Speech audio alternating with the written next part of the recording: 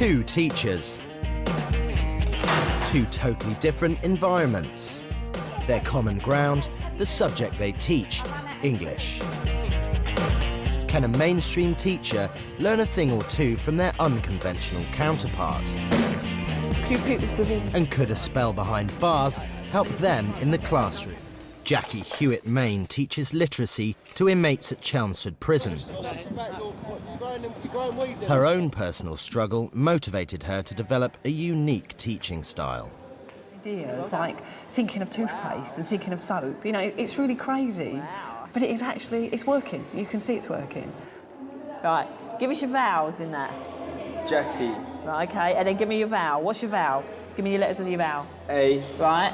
I-E. If I'd have met someone like Jackie years ago, I don't think I'll be here in prison today. I'd have been able to concentrate and get somewhere in life rather than because I can't get a job and that's turned into crime, I think. OK, right. See what you can do on the soap then. See if you can remember what you've done it.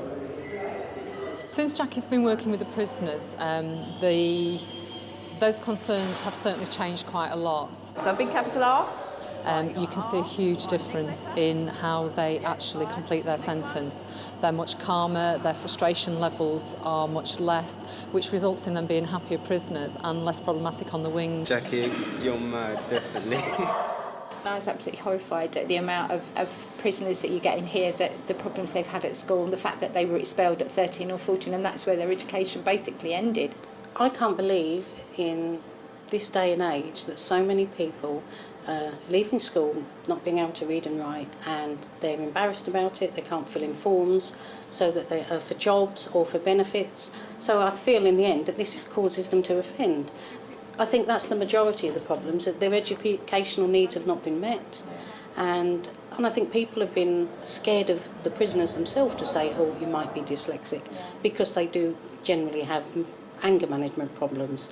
But they're angry with themselves because they think they're stupid or thick or what other names they like to call themselves. And I think now you see a sense of relief come over their face once they've spoken to Jackie, and then they come and see me and say, oh, thanks for that, miss. I now know that I'm not just thick and stupid, that I have got the ability to go forward and change my life. It's been a month since Laura visited Chelmsford Prison, and there's lots of activity in her Year 9 class. Since I went to the prison, my teaching style has changed. In teaching, we tend to, if you've got a class of boys with behaviour problems, you tend to play very safe and not take risks because of the fact that they may well do things with the materials that you don't particularly want them to do. And going to the prison gave me renewed enthusiasm. I think that's what rubbed off on me more than perhaps Jackie's methods, more her enthusiasm and the fact that she's willing to take a chance, and seeing you know, the young guys that I spoke to, the fact that education had failed them so badly, made me think like it was worth taking risks.